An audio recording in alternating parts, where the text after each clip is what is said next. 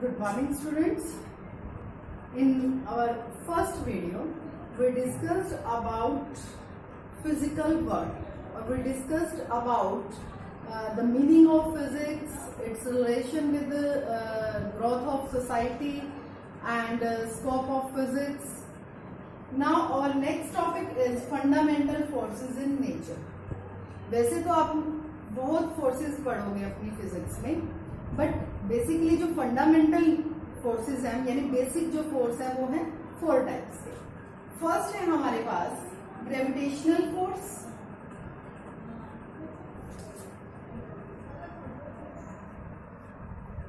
Second one is electromagnetic force,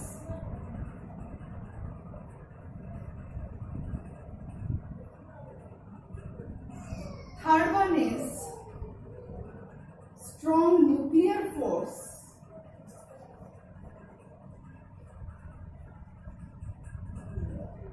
and fourth is weak nuclear force.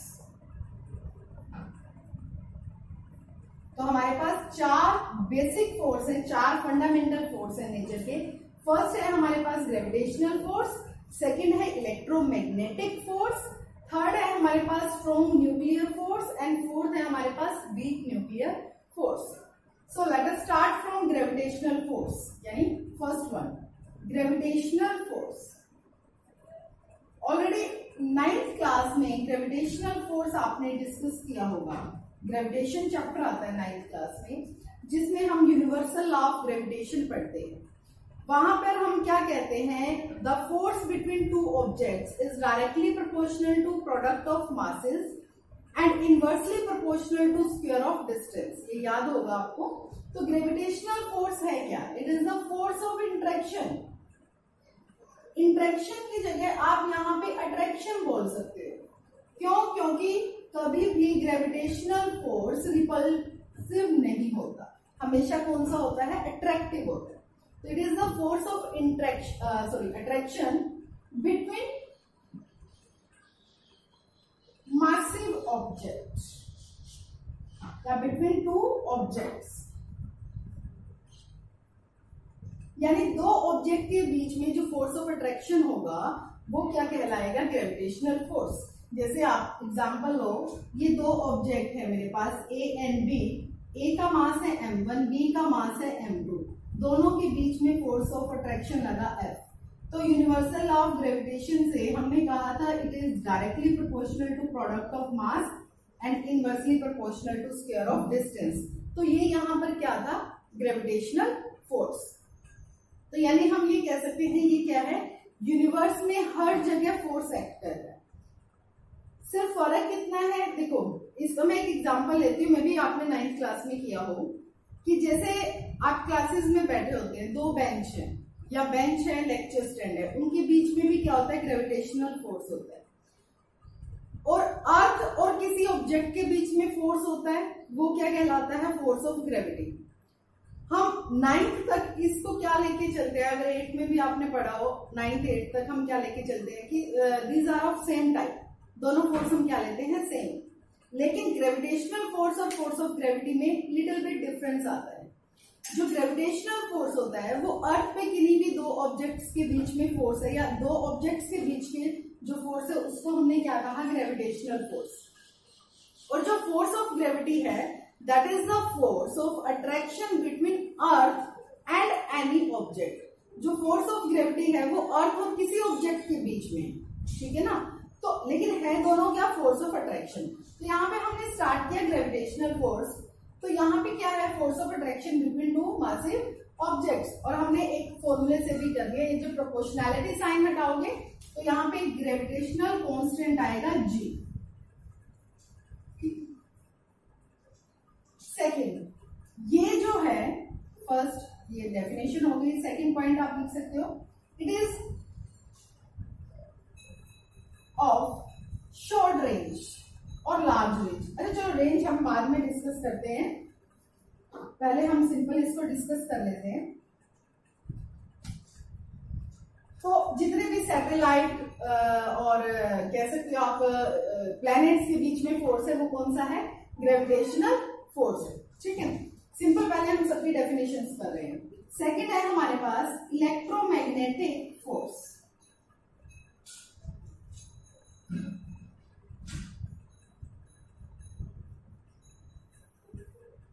Electromagnetic force क्या होता है? It is a force of interaction, क्योंकि ये force of attraction भी हो सकता है और रिपल्सिव भी हो सकता है। It is the force of interaction between two charge particle.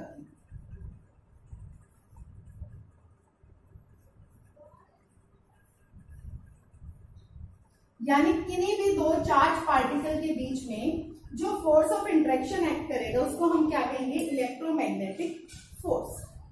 ठीक है, कंडीशन तुम्हें पता ही है। कूलम्स लॉ अगर हम लगाएं,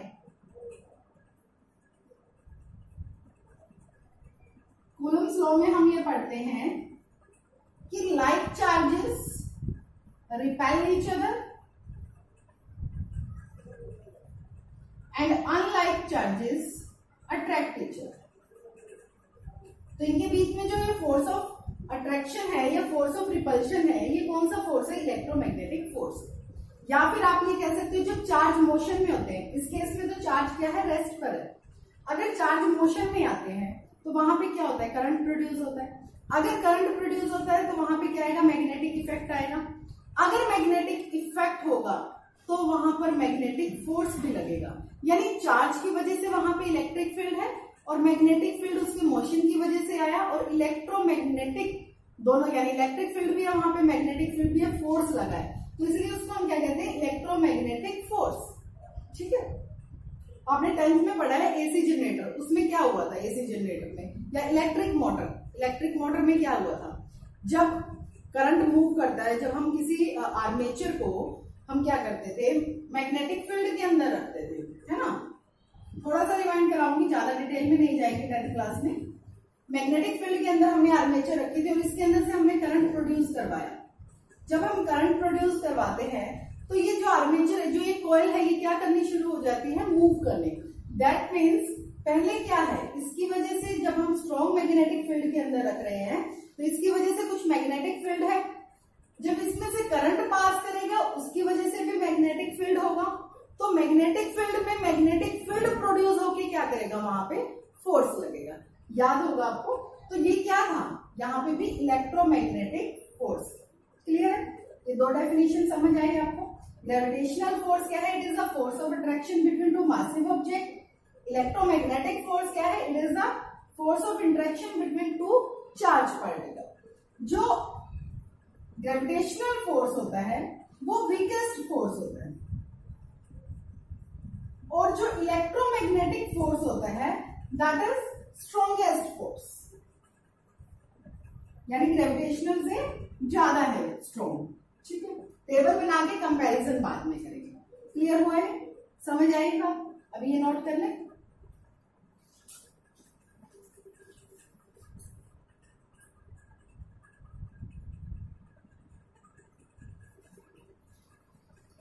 यस, थर्ड टाइप है हमारे पास strong nuclear force.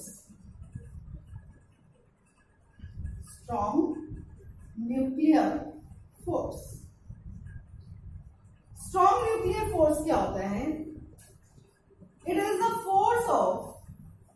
The force between nucleons.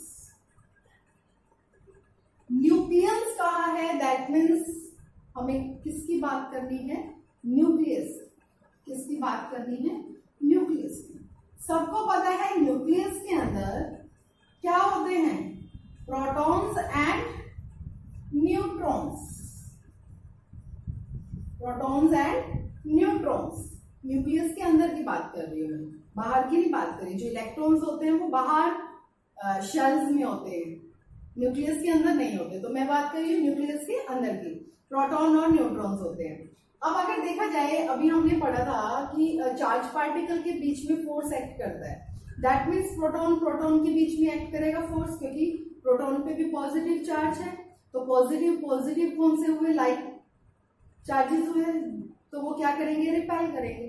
अगर वो रिपेल करेंगे तो ऐसा कैसे पॉसिबल है कि वो न्यूक्लियस के अंदर ही रहे? जब वो रिपेल होंगे दैट मीन न्यूक्लियस वो बने तो नहीं रह सकते, वो फ्री हो जाएंगे एक दूसरे से, यानी वो मूव करेंगे एक दूसरे से, उधर परे मूव करेंगे, अवे जाएंगे, एक दूसरे से दूर जाएंगे। तो वहां पर एक फोर्स और एक्ट करता है, स्ट्रॉन्ग न्यूक्लियर फोर्स, जो उस फोर्स को क्या कर देता है, ओवरकम कर देता है। यानी जो क्या करता है, प्रोटॉन और न्यूट्रॉन को न्यूक्लियस के अंदर बांध के रखता है। उस फोर्स को हम क्या कहते हैं, स्ट्रॉन्ग न्यूक्लियर फोर्स। यानी जो न्यूक्लियस के बीच में एक्ट कर रहा है, जो न्यूक्लियस को न्यूक्लियस के अंदर बाइंड करेगा, एक दूसरे के साथ बांध के रखेगा, उसको हम क्या कहेंगे, स्ट्रॉन्ग न्यूक्लियर फोर्स। अब इसमें क्या है, अब आप ये नहीं कह सकते प्रोटॉन और इलेक्ट्रॉन के बीच में भी एक्ट करेगा, नहीं, इलेक्ट्रॉन जो है वो न्यूक्लियस के बाहर है। तो इसका एक और आप पॉइंट लिख सकते हो कि इट मस्ट बी या it acts with in range of nucleus. और आपको पता है न्यूक्लियस की रेंज कितनी होती है, आई थिंक 10⁻⁻15 मीटर। यानी अगर बहुत कम है डिस्टेंस, 10⁻⁻15 मीटर, 10⁻⁻15 मीटर से कम डिस्टेंस पर ये फोर्स एक्ट करेगा, उससे ज्यादा डिस्टेंस पर नहीं, क्योंकि उससे ज्यादा डिस्टेंस का मतलब है न्यूक्लियस के बाहर आ जाए। ठीक है, तो ये हमारे पास क्या है, स्ट्रॉन्ग न्यूक्लियर फोर्स। उसके बाद फोर्थ आता है हमारे पास weak nuclear force.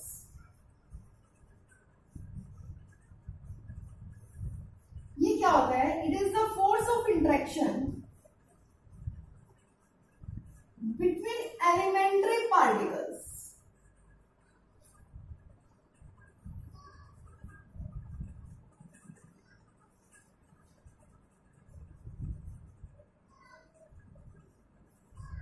Elementary particle का मतलब है, देखो ये ज्यादा डीप में नहीं हम जा सकते, ठीक है, जितना आपको करवाना है उतना ही करवाऊंगी मैं, ज्यादा डीप, क्योंकि बड़ा टॉपिक है, फिर ये ज्यादा डीप में जाएंगे तो हम अपने सिलेबस से बाहर चल जाएगा, आउट ऑफ सिलेबस नहीं जाना हमें। मैंने कहा एलिमेंट्री पार्टिकल्स, देखो जब बीटा डीके होता है तो वहां पे एक इलेक्ट्रॉन और अनचार्ज पार्टिकल प्रोड्यूस होता है, ठीक है, रिलीज होता है, आप कह सकते हो। तो जो अनचार्ज पार्टिकल है, या उस टाइम पे बीटा डीके में जो अनचार्ज पार्टिकल्स प्रोड्यूस हुए हैं, उसको हमने क्या नाम दिया, एलिमेंट्री पार्टिकल। तो उनके बीच में जो फोर्स एक्ट करेगा एलिमेंट्री पार्टिकल्स के बीच में, उसको हम क्या कहेंगे, वीक न्यूक्लियर फोर्स। और यहाँ तो नाम से पता चल रहा है ये वीक है, ये स्ट्रॉन्ग है। तो वीक न्यूक्लियर फोर्स क्या है, it is the force of interaction between elementary particles, elementary particles के बीच में एक्ट करता है। और ये क्या होता है, शॉर्ट रेंज होता है, वो मैंने अभी टेबल में करवाना है। क्लियर हुआ, नोट करेंगे।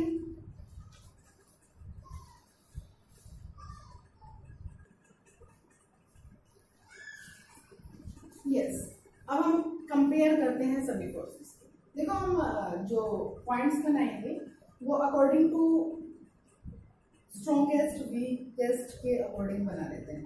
तो फर्स्ट फोर्स हमारे पास आता है स्ट्रॉन्ग न्यूक्लियर फोर्स। ये सबसे स्ट्रॉन्गेस्ट फोर्स है, इसीलिए इसकी रिलेटिव स्ट्रेंथ कितनी है, 1, ठीक है। सेकेंड ये किसके लिए है, शॉर्ट रेंज के लिए, यानी कम डिस्टेंस पर ये अप्लाई होता है, ठीक है।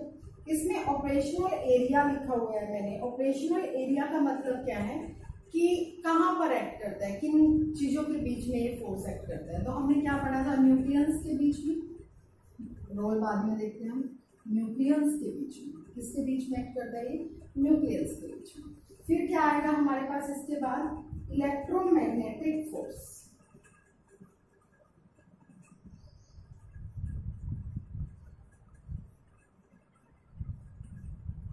वैसे तो ये था 1/37 होता है इसका, लेकिन हम अप्रोक्सीमेट इसको लेते हैं 10⁻⁻², यानी इससे वीक होता है। इससे कितना वीक है, 10⁻⁻²। रेंज की अगर हम बात करें, फर्स्ट क्या है हमारे पास, शॉर्ट रेंज है।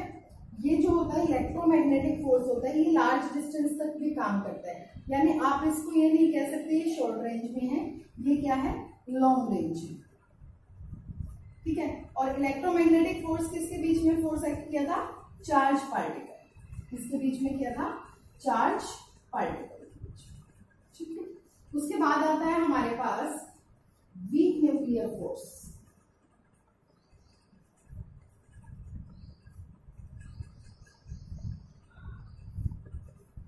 इसमें आप ये भी लिख सकते हो लॉन्ग रेंज जो मैंने ली थी 1/r² की इनवर्सली प्रोपोर्शनल है ना, ये इन्फिनिटी भी ले सकते हो। हाँ जी, मैंने नेक्स्ट कहा वीक न्यूक्लियर फोर्स, कितना वीक? इससे भी वीक, 10⁻⁻⁹ होगी इसकी रिलेटिव स्ट्रेंथ, ठीक है। रेंज क्या होगी? वीक न्यूक्लियर फोर्स किसके बीच में था? एलिमेंट्री पार्टिकल्स के बीच में था, तो ये क्या है? शॉर्ट रेंज है। किसके बीच में हुआ है? एलिमेंट्री पार्टिकल्स के। फोर्थ है हमारे पास ग्रेविटेशनल फोर्स।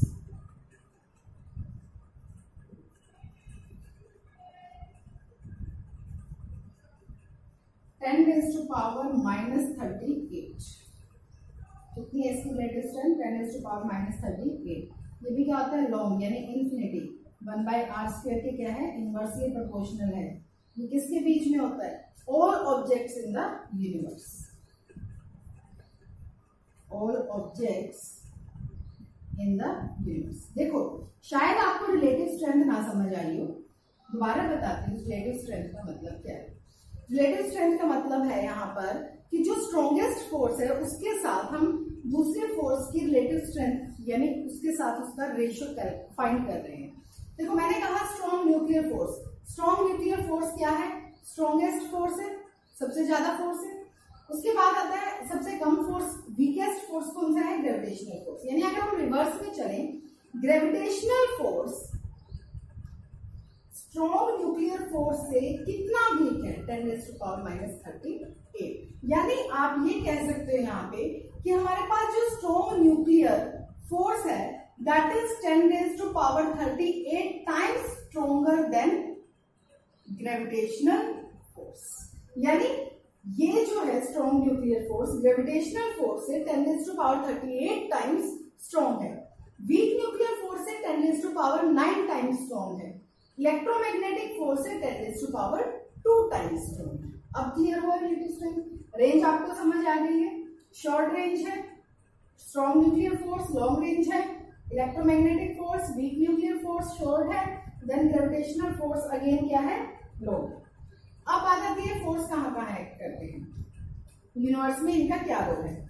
सबसे पहले ये क्या करते हैं? न्यूक्लियस को बांध के रखते हैं एटॉमिक न्यूक्लियस के अंदर, ठीक है, जो कि न्यूक्लियस के बीच में है। बाइंड न्यूक्लियस या hold nucleus in atomic nucleus, ठीक है। ये क्या कर रहे हैं? उसको बांध के रखते हैं। उसके बाद आता है हमारे पास इलेक्ट्रोमैग्नेटिक फोर्स। ये किस लिए काम आता है? स्ट्रक्चर ऑफ एटम बताता है, चार्ज पार्टिकल्स के बीच का फोर्स बताता है, ठीक है। ये सब किस में आएंगे? ये आएंगे हमारे पास इलेक्ट्रोमैग्नेटिक फोर्स के अंदर। उसके बाद आता है हमारे पास weak nuclear force. Weak nuclear force जो है वो जितने भी न्यूट्रिनोस होते हैं, जैसे बीटा डीके होता है, अल्फा डीके होता है, उन सब प्रोसेसेस में यानी सभी प्रोसेसेस में इन्वॉल्व है जिसमें न्यूट्रिनो रिलीज होता है, यानी involve in all processes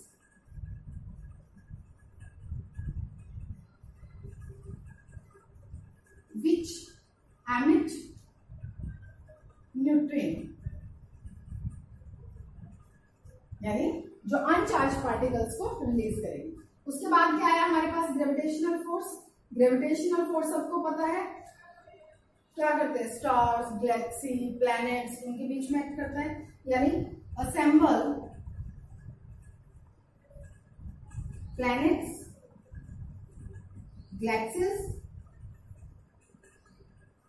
stars, उन सबको क्या कर रहा है? असेंबल कर रहा है, अरेंज कर, ठीक है। तो ये आपकी टेबल है, चार फोर्सेस को जो क्या कर रही है? कंपेयर कर रही है।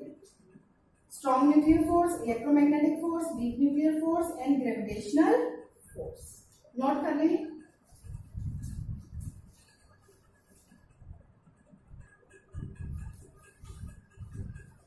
यस स्टूडेंट, मैंने यहाँ पर कुछ एग्जांपल्स लिखे हैं फंडामेंटल फोर्सेस के जो हमने डेली लाइफ से लिए। फर्स्ट ग्रेविटेशनल फोर्स के एग्जांपल देखो। फर्स्ट एग्जांपल है motion of moon around earth and that of earth around sun. यानी अर्थ के अराउंड मून घूम रहा है, रोटेट कर रहा है। उस मोशन जो है किसकी वजह से है? ग्रेविटेशनल फोर्स की वजह से। That of earth around sun, sun के अराउंड अर्थ। सेकेंड है हमारे पास motion of bodies falling on the earth. आपने कोई ऑब्जेक्ट लिया, ऊपर फेंका, वो वापस धरती पर आ रहा है, अर्थ पर आ रहा है, वो किसकी वजह से? That is due to gravitational force. Feeling of weight, हम अपना वेट आपने देखा। अच्छा, 9th क्लास में पढ़ा होगा आपने, मास एंड वेट दोनों में बहुत डिफरेंस होता है। आपसे कोई पूछे अगर कि तुम्हारा कितना वेट है, तुम बड़े अभी भी, जबकि आपको डिफरेंस पता है, तभी आप ये कहोगे 50 केजी यूनिट लगाते हैं हम वेट के आगे। जबकि आपको भी पता है weight is a kind of force, it's not a mass. ये मास नहीं होता, एक फोर्स होता है जो अर्थ पर लगता है हमारी बॉडी के थ्रू, यानी डाउनवर्ड डायरेक्शन में। फोर्स ऑफ ग्रेविटी की वजह से जो फोर्स लगता है उसको वेट बोलते हैं। जबकि हम कैसे कैलकुलेट करते हैं weight? By calculating product of mass and the acceleration due to gravity. तो मास की यूनिट है kilogram, acceleration due to gravity की तो हमने यूनिट लगाई ही नहीं। हम कैसे कह सकते हैं कि 50 केजी?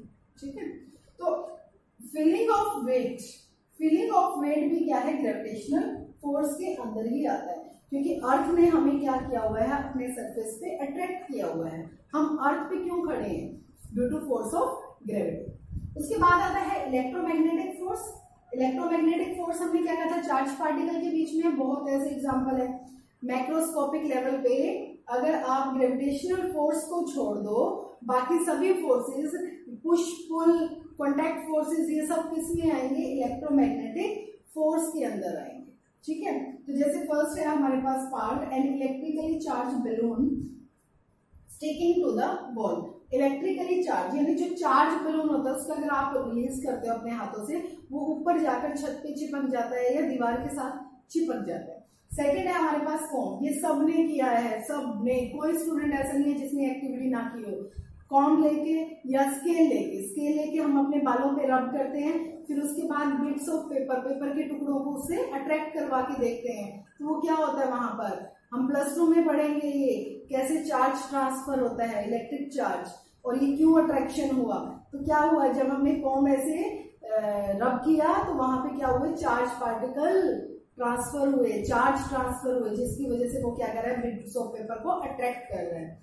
थर्ड है हमारे पास मैग्नेट अट्रैक्टिंग आयरन नेल्स। ये तो 10th में पढ़ चुके हो।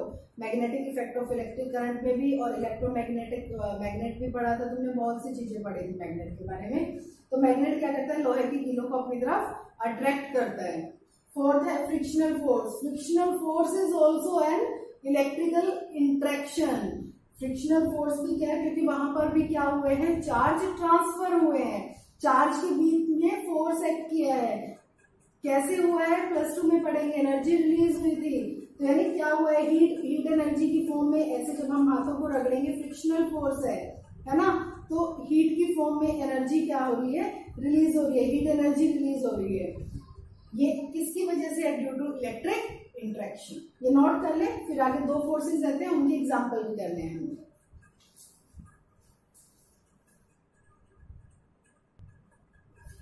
हाँ जी, हमारे पास next for the strong nuclear force and weak nuclear force, इसको हमने कंबाइन कर दिया न्यूक्लियर फोर्सेस में।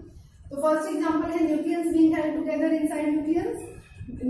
न्यूक्लियस का मतलब क्या है? प्रोटॉन एंड न्यूट्रॉन, तभी स्पेशली नीचे मेंशन किया है। कभी आप इलेक्ट्रॉन भी कंसीडर करो। न्यूक्लियस का मतलब है न्यूट्रॉन्स एंड प्रोटॉन्स। न्यूट्रॉन और प्रोटॉन न्यूक्लियस के अंदर बने हुए होते हैं, किसकी वजह से? न्यूक्लियर फोर्स की वजह से। रेडियो एक्टिविटी मैंने कहा था अल्फा बीटा गामा डीके होता है, वहां पे क्या होता है? इलेक्ट्रॉन के साथ अनचार्ज पार्टिकल रिलीज होते हैं, एंटी न्यूट्रिनो, न्यूट्रिनो, अभी पढ़ना है बहुत कुछ। उनके बीच में जो फोर्स एक्ट करता है, यानी वो कौन सा था? Week nuclear force. वो किसमें आया? न्यूक्लियर फोर्सेस में। Nuclear fusion and nuclear fusion कब पढ़ा था आपने? आई थिंक 10th क्लास में पढ़ा था, जब आपने न्यूक्लियर रिएक्टर पढ़ा था, ठीक है ना। तो ये रिएक्टर का एग्जांपल था, ये जब आपने सोलर एनर्जी की थी तब लिया था। यहाँ पर भी क्या है, इनके बीच में क्या एक्ट कर रहा है फोर्स, न्यूक्लियर फोर्स एक्ट कर रहा है। कौन सा, वीक न्यूक्लियर फोर्स। ठीक है, तो ये हमारे पास हमने एग्जांपल लिए हैं डेली लाइफ से फंडामेंटल फोर्सेस के। ठीक है, अब हम नेक्स्ट टॉपिक करते हैं लॉज ऑफ नेचर, जिसमें हम बताएंगे कि किस किस लॉ के अकॉर्डिंग कौन सी फिजिकल क्वांटिटी जो है वो कंजर्व रहती है। ठीक है, पहले ये नोट करें।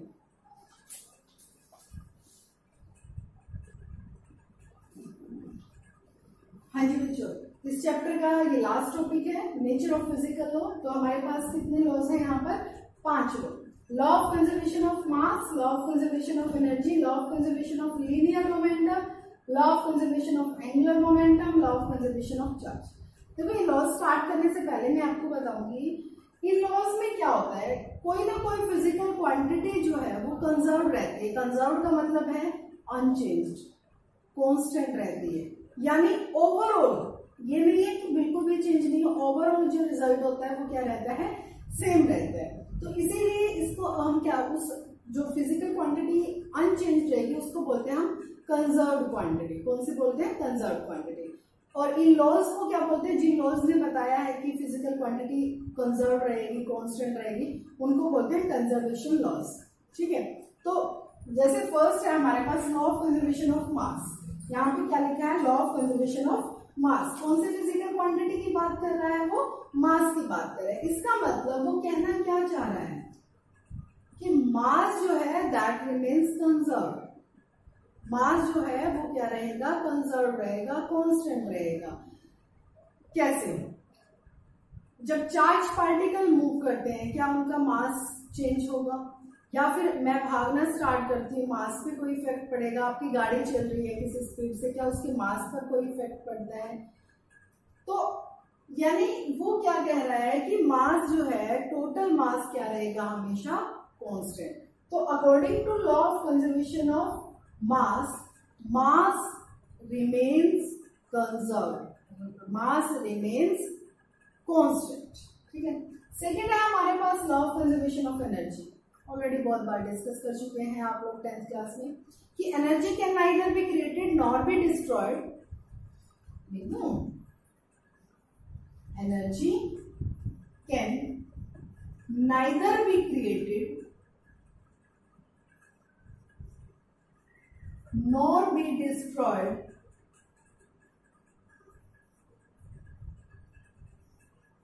it can be transferred from one form to another।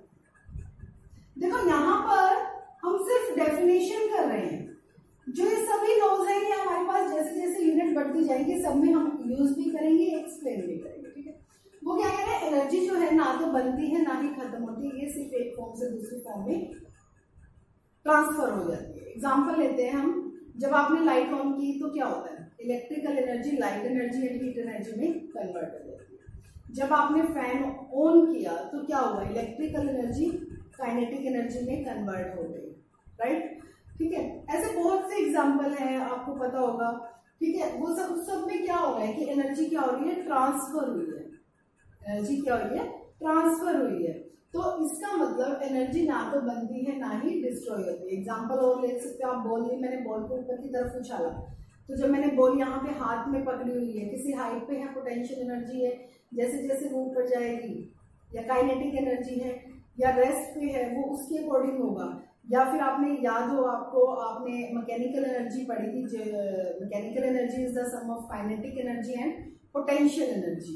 Right, उसको आपने प्रूव किया था, that remains constant. That is also you discussed in 9th class. Maybe 9th का कुछ याद ना हो, क्योंकि आफ्टर ऑल बीच में एक साल और आ गया था ना 10th का। तो मैकेनिकल एनर्जी थी sum of kinetic energy and potential energy. और उसमें हमने क्या एग्जांपल लिया था कि कोई ऑब्जेक्ट है इस हाइट पे, मैंने यहाँ से ड्रॉप की, जब इस हाइट पर है, यहाँ पे मैक्सिमम हाइट पे काइनेटिक एनर्जी क्या है, 0, पोटेंशियल एनर्जी क्या है, मैक्सिमम है। जैसे जैसे ये बॉडी नीचे आती जा रही है, काइनेटिक एनर्जी बढ़ती जा रही है और पोटेंशियल एनर्जी कम होती जा रही है। और जैसे ही वो ग्राउंड पे टकराएगी, potential energy 0 and kinetic energy maximum. इसका मतलब क्या हुआ, यहाँ पे एनर्जी ट्रांसफर हुई है, लेकिन total mechanical energy remain constant. That is the part of law of conservation of energy. उसके बाद आता है हमारे पास law of conservation of linear momentum. Linear momentum होता क्या है, 9th क्लास में पढ़ा है। Linear momentum is the product of mass and velocity, ये था फॉर्मूला। वैसे मोमेंटम क्या होता है, momentum means measurement of motion, यानी एक ऐसी फिजिकल क्वांटिटी है जिससे हम मोशन को रिप्रेजेंट करते हैं, मोशन को मेजर करते हैं, ठीक है, उसको हम क्या बोलते हैं, मोमेंटम। तो उसने कहा law of conservation of linear momentum. यहां पर क्या है कि अगर आप एक्सटर्नल फोर्स ना लगाएं, अगर आप एक्सटर्नल फोर्स ना लगाएं तो total momentum remains constant. Again वही बात बोली मैंने कि मोमेंटम क्या रहेगा, कांस्टेंट रहेगा, यानी total initial momentum is always equal to total final momentum. दो ऑब्जेक्ट है, इनिशियली उसका जो टोटल मोमेंटम है, टकराने के बाद हमने एक्सटर्नल फोर्स नहीं लगाया, बॉडी मूव कर रही थी, आपस में टकराई और अलग हो गई। दोबारा टकराने के बाद जो टोटल फाइनल मोमेंटम आया वो टोटल इनिशियल मोमेंटम के इक्वल आया। इसका मतलब जब एक्सटर्नल फोर्स ना लगे, यानी in the absence of external force, in the absence of external force total momentum remains constant, total momentum remains constant. ये किसकी बात कर रहे हैं, जब लीनियर मोशन हो। अगर बात आती है रोटेशनल मोशन की, रोटेशनल मोशन मीन्स जब आप एक किसी पर्टिकुलर एक्सिस के अराउंड रोटेट करते हो, ठीक है, जैसे फैन है किसी पर्टिकुलर एक्सिस के अराउंड क्या कर रहा है, रोटेट कर रहा है, उस केस में जो मोमेंटम होगा वो क्या होगा, एंगुलर मोमेंटम, और फोर्स क्या बन जाएगा, टॉर्क। यानी तब आप क्या कहोगे, ये नोट कर लिया, इसी में मैं मॉडिफिकेशन कर सकती हूँ, हाँ जी ये नोट कर लिया। तो देखो अब आती है बात law of conservation of angular momentum. In the absence of external torque, force की जगह आ जाएगा टॉर्क, ये टर्म्स आगे यूज होनी है बहुत। Total angular momentum remains conserved, constant. External torque यानी परपेंडिकुलर डिस्टेंस, परपेंडिकुलरली आप कह सकते हो, जैसे एग्जांपल लेते हैं, परपेंडिकुलरली तो नहीं, मैंने दरवाजा खोला, वो क्या है, टॉर्क है, क्योंकि जब ऐसे है, ये है हमारे पास, ये दरवाजा है, मैंने यहाँ से हाथ से पकड़ा, हैंडल पकड़ा और मूव कर रही हूँ, तो दरवाजा ऐसे जाता है, ये एक एक्सिस है, इस एक्सिस के अराउंड क्या हो रहा है, रोटेट हो रहा है, तो ये क्या है, इसके अराउंड क्या है, ये परपेंडिकुलर डिस्टेंस है, और मैंने यहाँ पर फोर्स लगाया, तो फोर्स इनटू में परपेंडिकुलर डिस्टेंस क्या बना, टॉर्क बना, ठीक है, तो उसको हम क्या कहेंगे, टॉर्क। तो वो कह रहा है in the absence of external torque, उसकी